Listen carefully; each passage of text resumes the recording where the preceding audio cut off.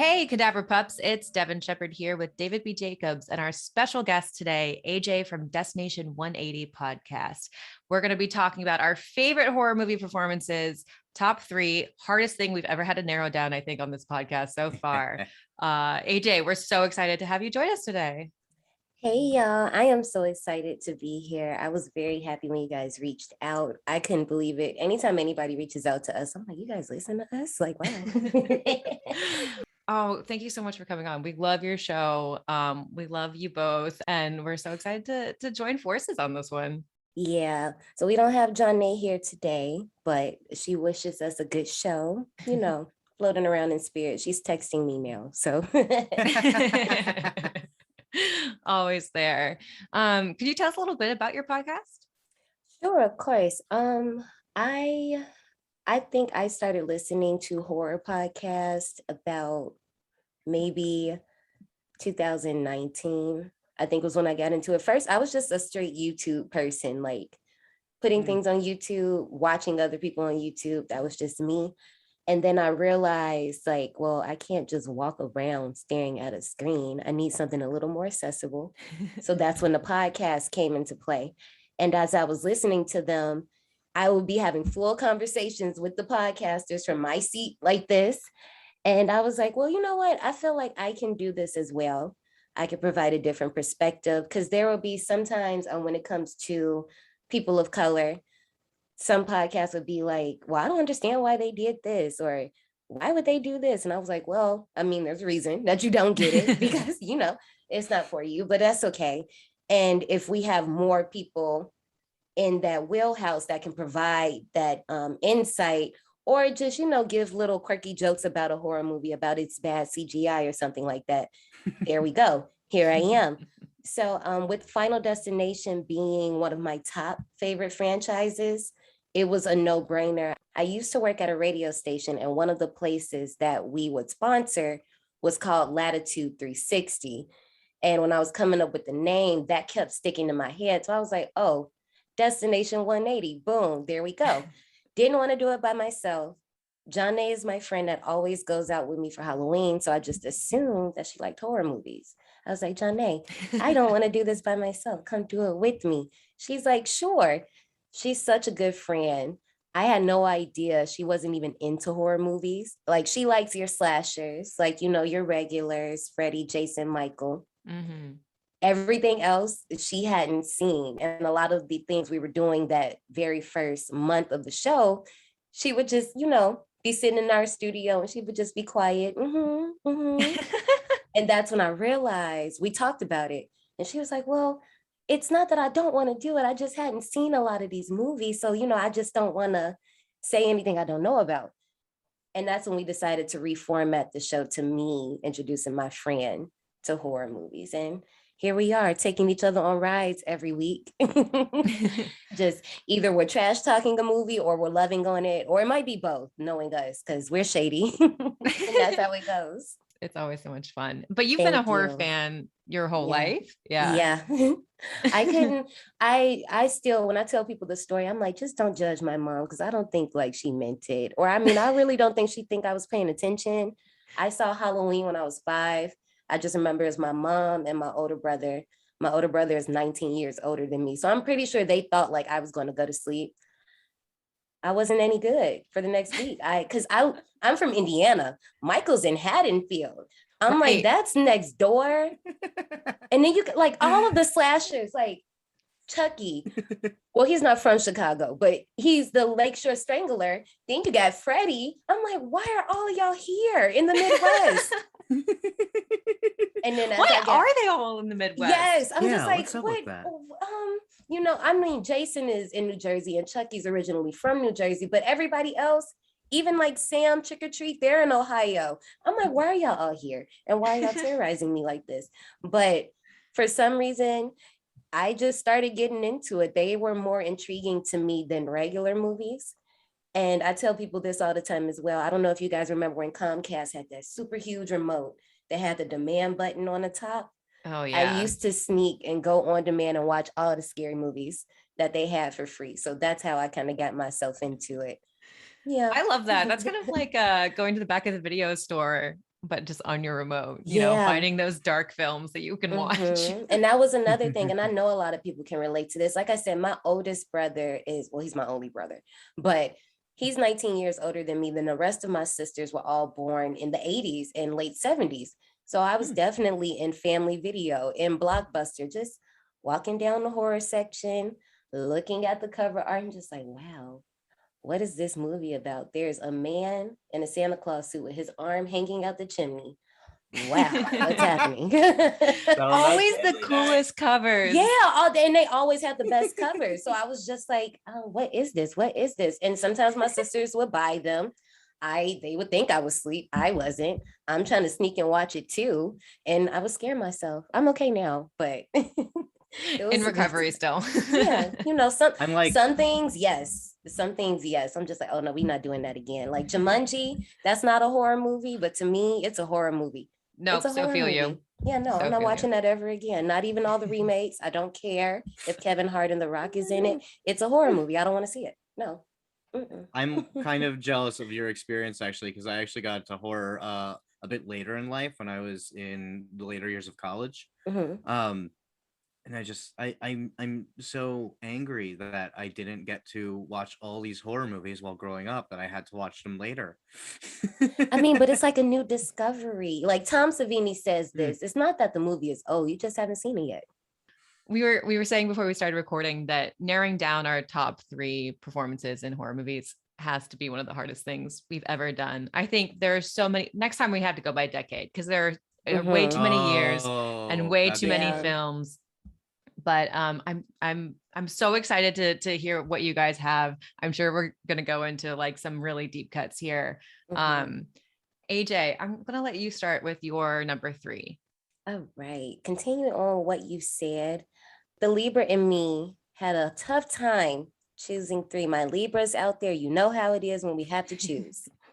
So I said, all right, let's not do anyone that I would normally pick, because hopefully my Cadaver Dogs have my back and eventually we'll talk about them. But if we don't, it's okay. So my number 3, I decided to go with Betty Gabriel, who plays Georgina in Get Out.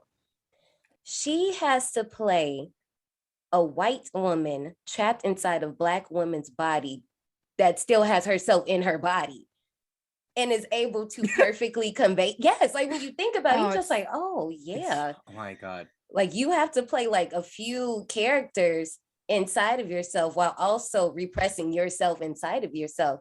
And the scene where she's talking to Chris in the bedroom, but when Georgina lets out that single tear, I can cry on contact, but I just can't let like just one drop out the eye. That's a whole different type of, and you feel it, like, there's a person in there trying to get out. Like, I don't know if you've ever been in a situation where you've been trying to like signal to your friend that you're in trouble and they're not picking it up, but her acting was very clear in that moment. So she had to go in the top 3 for me. It's so incredible. It's so incredible. So beautiful. That performance after we saw it Get Out, it's one that David definitely mentions. Her performance is incredible for all the reasons. I totally agree. All the reasons you said. I was telling Devin earlier that in mine, I did a similar thing, and I also like tried to avoid anything that had received an Oscar nomination, which didn't narrow anything down at all, unfortunately. Poor like also heard like that movie actually did get a lot of Oscar buzz, and like no one was talking about her performance. Oh, and you were like, so angry. I was so angry.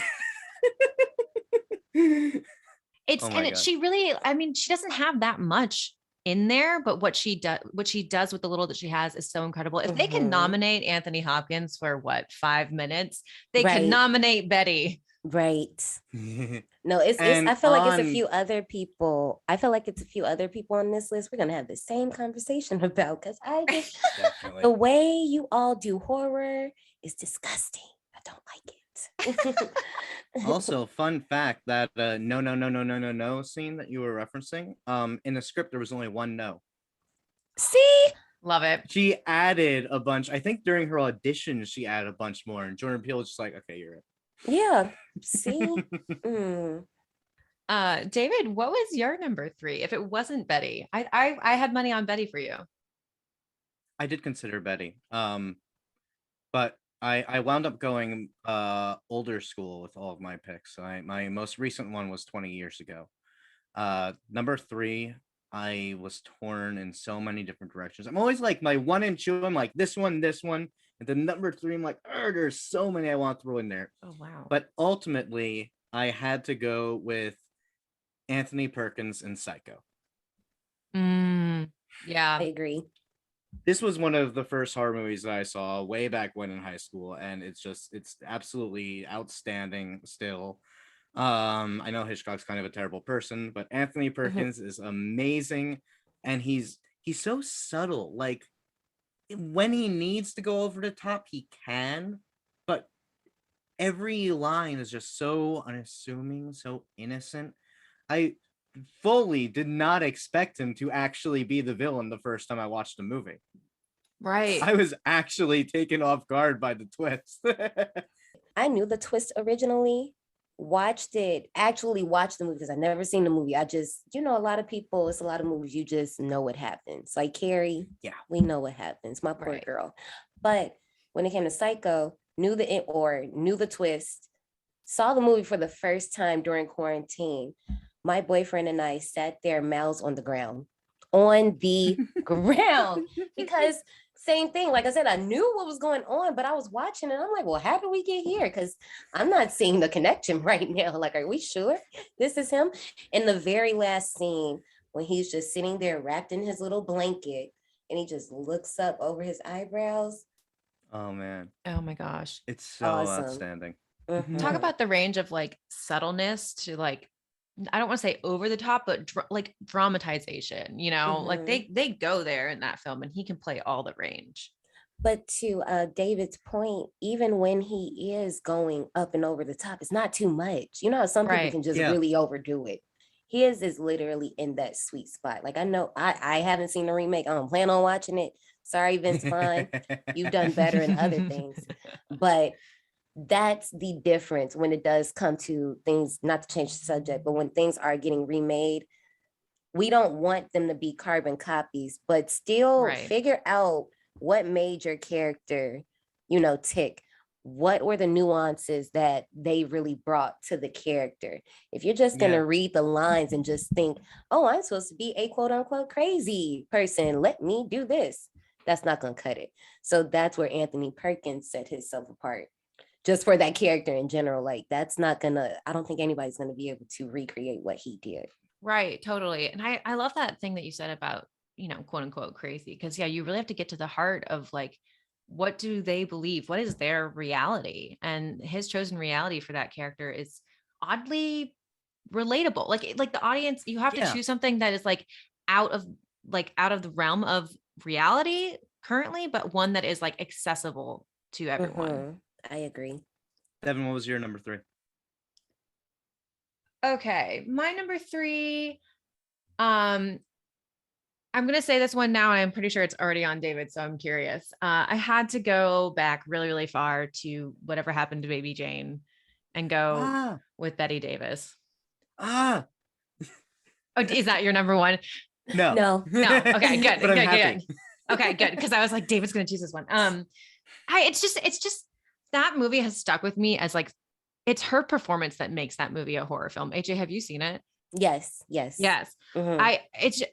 It's what makes it scary. It's this woman that is like, she is over the top, but there is something about, in terms of what we were saying too with Anthony Perkins, there is something about it that is believable almost, or that you can see people getting to that point. And that's what makes it scary, is that like, there are probably people out there who will become that, or who we know are about that. And I think the story itself says so much about fame, but it's really what she brings to the character. And I think it also says so much about growing up too, which is something that so many of us, fear leaving behind our childhood or getting older. Like her embodiment of childhood is so terrifying. So that was number 3. I had to go back that far.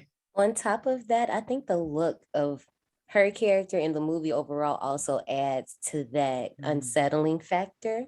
Like when you just watch like different movements, like even with her eyes.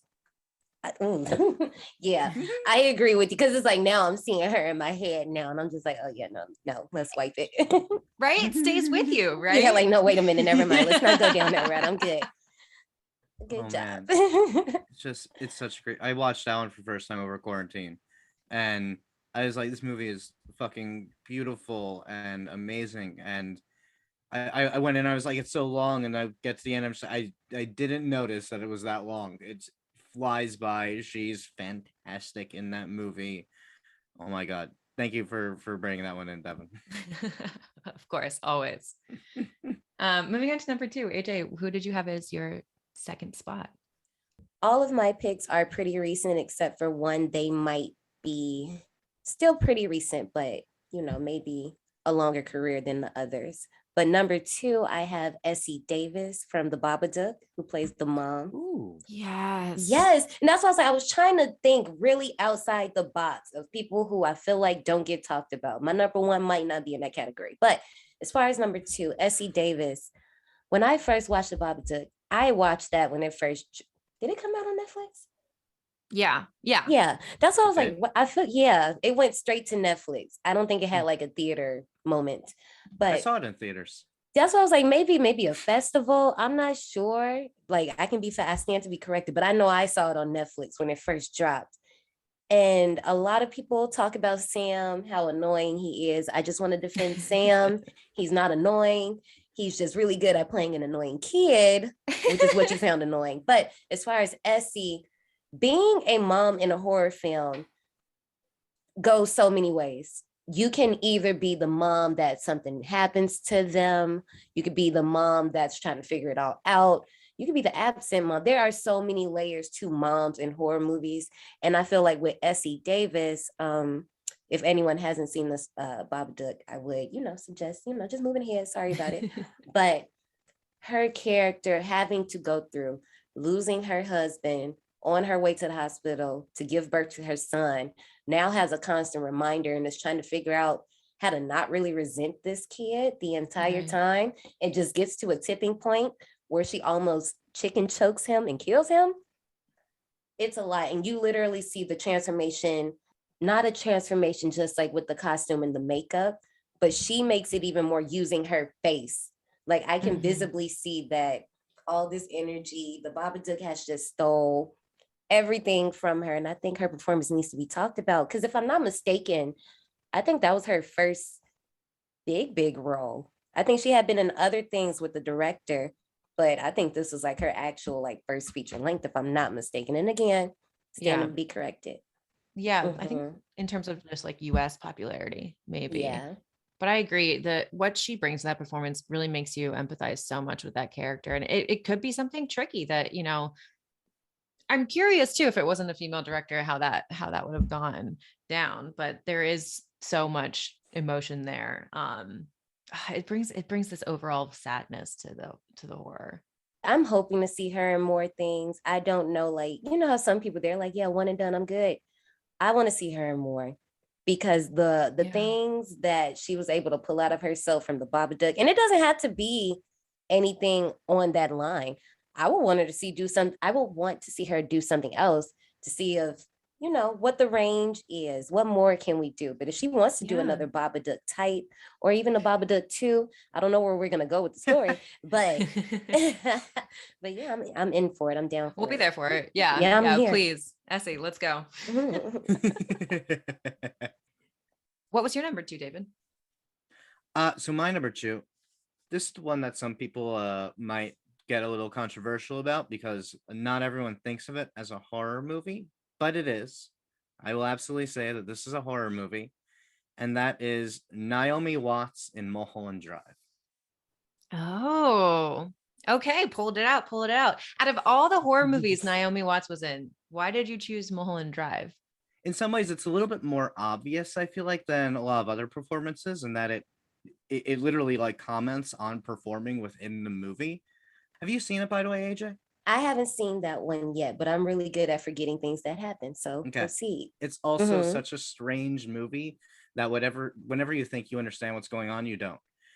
So in the beginning of the movie, Naomi Watts comes in. She presents herself as this like super over the top, doe-eyed, gonna be an actress, and it's not a good performance, sort of, but that's also kind of the point. And then as it goes on, the scene where you really like start to understand what's going on with her, she has an audition. And first we see her reading these terrible lines with her friends, and it's complete absurdity. There's no way to perform this well. It's ridiculous and goofy. Then she actually goes into the audition itself, and they have her read with the man, and they suddenly like just sort of change the blocking up on the fly. And it suddenly becomes just like enthused with this intimate energy, and like holy fuck, she's a good actor. Right. And you're so surprised that she can act. And then as the movie continues to unravel, she just becomes more and more committed, more and more subtle, more and more depressed and maddening. And you start to question what is real, what isn't real. She goes through every range of performance type within this movie, that you even get to a certain point where you realize like, oh no, she wasn't bad acting in the beginning. That was the point. Right. It's crazy you bring up Naomi Watts. She's not on my list. But when I picked someone else on my list, I had thought about the reasons why I picked them. And I did get a little shady towards Naomi, but I haven't seen Mulholland Drive, so maybe that would change my perspective. But I was just like, well, I mean, I feel like, and I say this myself, so Naomi, if you ever hear this, I'm so sorry, but I mean it with love. I'm just like, she's a horror mom. Like every time I see her in a horror movie, she's playing someone's mama. And I'm like, it's the same. Like it's right. Like it's little tweaks. Like Rachel from The Ring is kind of different from the mom from Funny Games, who is it's another movie that she plays someone's mom, and I can't think of it right now. But even though they're three different moms, they're still in the same bubble of that archetype of that mother. It's not like she is trying to do anything crazy to her kid, or it's not like she or her family, like, you know, it's not anything super out there. But now I want to see this one so I can see a little bit more range. Not saying she doesn't have it, but when it comes to horror, I just always see her as a mom. I'm like, she's someone's mama. I feel like she's been so underutilized since blowing up on the scene. Like she should be getting way better roles than she's getting. I know, it's so surprising. When she just got announced another horror remake, right? Where Good is Night, she Mommy. going? That's what it is. Mom, another mom, again, another mom. See, and we'll see if that that's actually crazy happens. Because this will be the second remake that she's in that's adapted for America, because she was in Funny Games. Third. Because of The Ring. The Ring. Oh my goodness! Isn't that so crazy? Get that right. She's the mom of horror adaptations. Yes. Well, Naomi, you know, get your bag, hun. I'm not mad at it. I'm just telling you what I noticed. That's all. My number two, I also tried to go a little bit out of the box and think about, you know, performances that stayed with me for a while and ones that might not get talked about a lot. And I think some performances that people actually do talk about, but don't usually end up on these lists are the creature performances. So I did not choose Doug Jones, surprisingly, even though I think most of his performances are incredible. I chose Javier Botet from Mama. He does the body work for Mama, and that, I mean, just everything he puts in that performance is just so beautiful and has stayed with me. I know that film gets so much slack, but there's so much people really hate on that film, but I think like the creature of Mama is so creepy and so beautiful. I agree. I don't know why people, I get it. Okay, let me not stunt for the people. Some CGI, I'm just like, ooh. But for some reason, Mama didn't bother me. And I don't know if it was just because I was like, well, I mean, what else were they going to do? I don't know, but I really like that movie. And I do agree with you. Some of the movements that they're able to convey with that character, because I mean, some contortionists are able to pull some things out, obviously, that regular people cannot, but also vice versa. There are some things that other people that aren't contortionists can do that contortionists might not be able to do. Now, where we have here is the case of being in the middle. I believe there's still a very human aspect to Mama, even though she's not human at all. But at the same time, there's something very off. It's almost like Zelda from Pet Cemetery. And I like, it's something about the movement, CGI aside. Mama, I feel like, just like you said, that's a very good performance. I don't know why people don't like that movie. I don't understand. Right? I And have not think seen Mama. It's great. Well, I don't think I spoiled anything. I don't think I did. No, you haven't. Okay. I don't think you have either. This the Del Toro produced, right? Yes, I just love it. And I think what you were saying with the contortion, like, yeah, there's some crazy movement there, but I think what Javier does in Mama too is he gives the character, yes, it's not a human, but there's a story to her. There's emotion there. And we have, he is a man playing a female mother. And he does seem like he gives the performance a little caringness for how creepy it is and how villainous the character is, but also like you can feel her love for the children through the performance, I think. And it's a hard thing to really pull off. It is. I agree. So now I have to watch Mulholland Drive and you have to watch Mama. Before we move on to the number ones, Rob did send his own top three. So in third place, he put Toni Collette from Hereditary. Very nice. Mm-hmm. And I haven't seen either of his top two. In his number two, he put Lawrence R. Harvey from The Human Centipede 2. I've seen it, but I will have to look to see who that is. But I don't know why I put myself through that, but I did see it. It is a very Rob choice, if I do say so myself. Yeah. Almost as Rob as his number one pick, which is the movie that he keeps telling me about, and he keeps asking why I haven't seen it, and I keep telling him that it's because it's up to him to make me watch it. And that is Isabella Adjani in Possession. I went past her name when I was looking at different performances, and I haven't seen that movie, but that movie has been on my mind because I don't know, but I hear it's a breakup movie, and I'm all about that. Not that I'm like heartbroken or anything, but I'm just into it. I just want to know. I'm just curious. I'm very curious about it. I'm curious. I'm worried that I'll hate it because Rob likes it, but we'll find out. Is that your relationship? Do you usually hate things that he likes? Sometimes. It's okay. It's okay. I feel that way about Janae sometimes. Like, I'll be losing my mind over a movie and she's like, I was confused the whole time. I didn't like it and I didn't get it. Why do you like this? I'm like, oh. It makes for a good rapport on the cast. Does. Because it does. It's nice when we disagree. I agree. But sometimes she just goes for the dagger with me. You should listen to me ripping apart Antichrist. Oh my god. The movie that Rob and I love, and David was like, no. Okay, well, number one. Wow, we're here already. AJ, who is in your top spot? My number one. And I knew, I was like, somebody's going to say my number one. And Rob said my number one. It's Toni Collette. Because why are we not talking about her? Why? Amazing. Why does she not have awards? We should be throwing trophies at this woman's head. Like, and this why does she not have nominations? What is up? She was nominated for The Sixth Sense.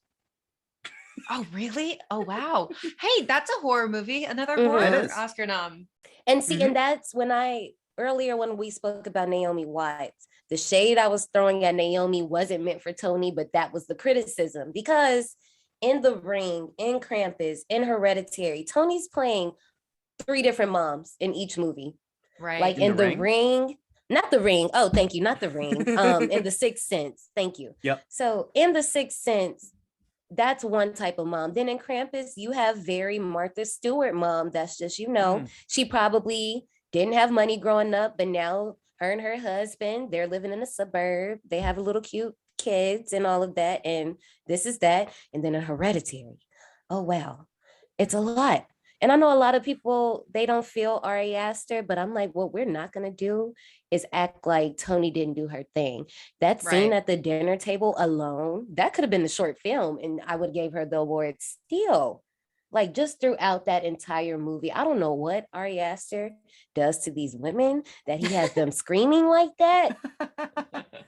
Like in this one, it's not even just range. She flips between emotions and acting styles within a shot, within a second. It's like, right. No, different expression, new face. Quick spoiler alert for those who haven't seen it, just skip maybe like 15-30.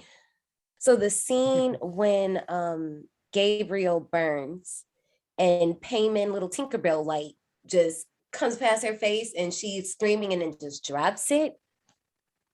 That did it for me. I was like, no, awards. Give them. You owe her.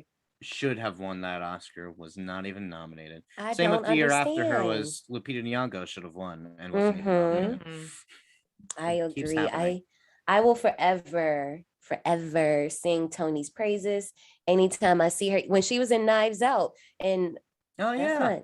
and I don't watch other movies. I only watch horror. Like every now and then you'll catch me watching Clueless, Good Burger, some 90s movie. But anything else, I'm not. But if Tony's in, I'm going to watch. I'm curious if David has another weird one. David, what is your number one? I have no idea. You have some idea. So this is also like one of my favorite movies. And it's also a terrible, evil man as a director. But I've got to give the credit where it's due to Mia Farrow in Rosemary's Baby. As soon as you said it, as soon as you said it, I was like, oh, I know exactly what it is. I agree. And it's so sad. I'll let you continue, but it's so sad. And because of people involved, it's like, I can't enjoy this the same way now. It is sad that because of people behind the scenes, the actors, actresses don't get the shine they deserve. But at the same time, I don't feel too bad. It's okay. Especially because Mia Farrow's entire career has been with all these terrible men. Yeah. It sucks. And that's largely because Woody Allen more so really gaslit her into like not doing other movies. It's kind of his fault that she didn't have a career outside of that. And it's very upsetting how much her life mirrors the character she plays in Rosemary's Baby. But forgetting about the sadness and just looking at this amazing performance, in some ways it's almost similar to Naomi Watts one, actually, that she starts the movie as this very ditzy character, although it's not nearly as over the top. But what's so interesting about it is that as it goes on, as her arc in the movie is like she's gaining her independence, she's asserting herself, but she never actually loses that demeanor. And I love that because the problem isn't her. There's nothing wrong with her. It's all these men around her and women, actually just everyone in the movie is terrible except for her. They're all just abusing her and gaslighting her and making her doubt herself, raping her. I mean, like, it is terrible what's happening to her, but she is asserting herself. She's gaining her independence. And oh my God, just like her freaking eyes and how much they explode is so great. It's so amazing. And there's such a profound loneliness that is in that film as well, that she portrays, that like is so hard, I think, to pull off when you're surrounded by people for a good portion of the movie, but you still like see her being so alone. It's a character that we really don't see on screen very often, especially not in a lead role. Right. I feel like those type of characters, they are the ones that get like the redeeming arc at the end. They end up sacrificing themselves to help the main character. But in this case, we have her on Front Street. And the part when she is having the nightmare, this isn't a dream, this is real. Her face. Because I thought I was in a dream with her. Like, I'm like, yes, sis, we got to wake up. We got to get out of here. Freddie's coming in 2 seconds. If you want to stick around for that too, like, we got to go. Like, and again, when those characters get a redeeming arc, usually it's by them completely changing their personalities. And I love that she doesn't. No. I do have an issue with this movie. And there's a lot of movies that do this. I am so mad I never got to see inside that cradle. I just wanted to know. Like things like that. Like, well, see, I'm not really mad. So when I say that, guys, I'm just kidding. But I'm just like, I wanted more. I wanted to know. And I love when movies do that to me. Like, I don't know Hereditary, I think I was just ready to go when that ended. Oh my gosh. I was like, oh yeah, no, I gotta go read something. Like we gotta go watch some cartoons, something, because that, oh gosh, that was a lot. I'm trying to think of another movie that left me wanting more. I can't think of one right now, but Rosemary's Baby was one. Because I was just like, well, did she get out the room? Like, did she make it out? Did she just take care of the baby? Yeah, but I just wanted to know, like, did she take her baby and leave? Did they force her to stay in there? There's a really interesting short film that I think was at a horror film festival recently. I'll have to find out what it's called and put it in the show notes, but it tackles that exact thing of what happens later, and it's based on. Is this the one that was in XX? Yes, that's what it is. Yes, it's an XX, which I think is on Netflix right now. It's the horror anthology directed by female directors. And it's the character of Rosemary, and her son is grown up and is he like a teenager at this point? And I think he's starting to develop the devil's powers, and she's starting to realize what she's gotten herself into. It's interesting. It's an interesting thing to explore. Yes, I want to see that. But yeah, that's the thing about that movie. I know she takes care of the baby. I just wanted to know how the rest of the day went for her, finding that out. I'm just so curious. I'm like, I just wanted to know. That's it, but it's all right. I imagine that she is going to probably just fully submit herself to the cult, and because it's the only way she can be close with her baby. She's probably going to wind up covering his crazy evil deeds when she's older. Right. Because she doesn't feel like she has any choice. It's her baby. Again, very relative of Mia Farrow's real life. Who was in that cradle? I think it was Woody Allen. Little. Yeah, but she did not defend Woody Allen at all. No. No, she got him away from her baby. Good for her. Yeah. My number one, it was so hard. I feel like this one will probably change a lot, but it's one that's been left with me for a little while. We actually just covered this movie for the podcast. And I just thought the performance was so beautiful that I needed to put it on the list. And that is Liv Ullmann from Hour of the Wolf. I thought you were going to say Morfydd Clark. No, I almost put Morfydd Clark from Saint Maud on here, but I think Liv Ullmann's performance was just so haunting. Have you seen this movie, AJ? I haven't seen that one. Tell me more. I'm looking it up now. I'm like, ooh, it's the 60s. It's Ingmar Bergman. Again, another head fuck movie recommendation for you to watch. I love it. I like those. Those are my type. But it's a woman who's essentially isolated on an island, who's struggling in her marriage, and it's just how you're lonely in a relationship, I guess. Her husband is there. Yeah, and he's an artist, and it's her struggling to support him as an artist, but also keep herself and her relationship alive, and also just survive on this island practically alone. And it's just so beautiful, and she doesn't know the difference between reality and fantasy, and I think the audience, a big point why the audience also doesn't realize what's real or what's not, is because we're with her so much, and we want to believe everything that she believes that we can't tell. She's a bit of an unreliable narrator here. Oh, a little yeah. bit. Yeah. Ooh, I'm looking at it now. I'm trying to. Now I don't know what order I'm gonna watch all these movies in, my 3. But no, I love one thing about me. I love confusion and chaos when it comes to my movies, if you know how to effectively wrap it up and make sense and blow my mind at the end. And I trust you guys. Nice. So Hour of the Wolf is actually showing in a theater up the street from my house tonight at 7:00. And I'm trying to make sure that's what it says. That's so cool. I want to watch it on a big screen. I will go. Nice. Let us know what you think. Yeah. Well, that about wraps us up for our top 3 horror performances. AJ, thank you so much for joining us for this episode. It was such a joy having you here. Can't wait to have you on again. Please shout out where the people can find you. Well, I want to say thank you for having me on the show. This was a very good conversation. I am happy because I was curious if I was going to know some of the picks you guys picked. familiar with the actors and actresses, but hadn't seen the movies. So now I'm happy that I get to lead the Cadaver Dogs and take some recommendations back to the park for me and Janae. But you can find us any of our social medias, IG, Twitter, TikTok. Don't X. We just went ahead and went for it. But they're all D180 Podcast. Again, that's D180 Podcast. And that's it. Awesome. It's such a good show. Really, everyone go listen, go subscribe, go watch.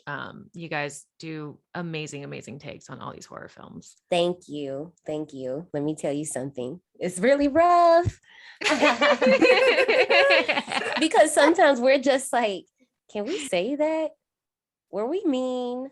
No. Okay. Maybe not. Do it. Be mean. Yeah. And then that's the thing. Like sometimes we're just like, no, just do it. Just do it. And then sometimes we're like, but what if like someone listens to the episode and then they're like, well, damn, they didn't like my movie. We actually work in film, so I'm like always thinking about it. I'm like, what if this person like has the opportunity to offer me a job and then sees that I covered their movie, and then because they do that, especially when we hashtag on social media. They follow the hashtags for their movie, because that happened with The Dark and the Wicked. They followed the hashtag. They saw that we did an episode on it and they commented on it. And I was like, well, Janae was talking shit. I wasn't. So just remember, I'm with Janae. Throwing her under the bus. I thought that movie sucked. She's not here. I was so intrigued. Like, I don't know what it was. I don't know if it was the setting. I don't know if it was just because it was like literally at the top of quarantine and I was already losing it. So I was right with them.